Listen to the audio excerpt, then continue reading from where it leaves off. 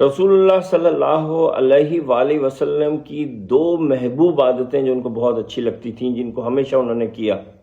Number 1، مستقل مزاجی، persistence, جس ایک کام کو اٹھایا اس کو مسلسل کیا، مسلسل۔ اور دوسری، چھوٹی پکچر کو نہ دیکھنا، چھوٹے چھوٹے مسئلوں میں نہیں پڑنا،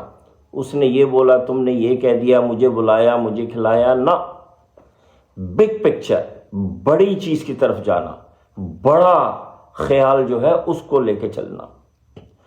مزے کی بات کہ یہ دونوں عادتیں آج کے چائنیز میں پائی جاتی ہیں،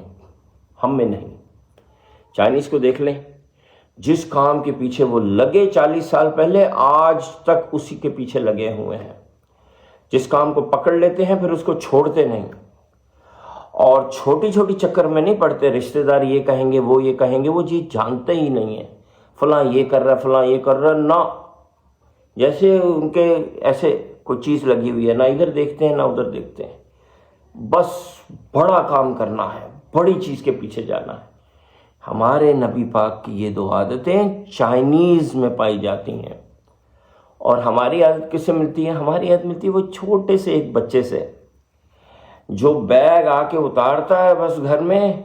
اور بس وہ بھول جاتا ہے کہ وہ بیگ کہاں، تو پڑھائی کہاں، کتابیں کہاں، بس گم، فارغ۔ بس اب اس کو کیا ہے، وہ کیا کر رہا ہے، میرا کھلونا اس نے لے لیا، مجھے وہاں لے کے جاؤ، اس نے یہ کہہ دیا، اس نے وہ کر دیا، اس کے علاوہ اس کا ذہن کوئی کام نہیں کرتا۔ اس کا مظاہرہ آپ یہ رمضان میں دیکھ لیں، آج 27 رمضان ہے، قرآن کا وہ ختم ہوا، اور بس مسلمانوں کا قرآن سے تعلق ختم۔ اب اگلے سال ملیں گے قرآن پاک سے تو پتہ ہی نہیں کہ رمضان کا مہینہ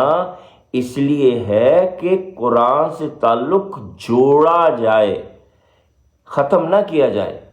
پورا سال قرآن پہ دماغ لڑایا جائے۔ لیکن ہم نے قرآن کو رکھا سائڈ پہ،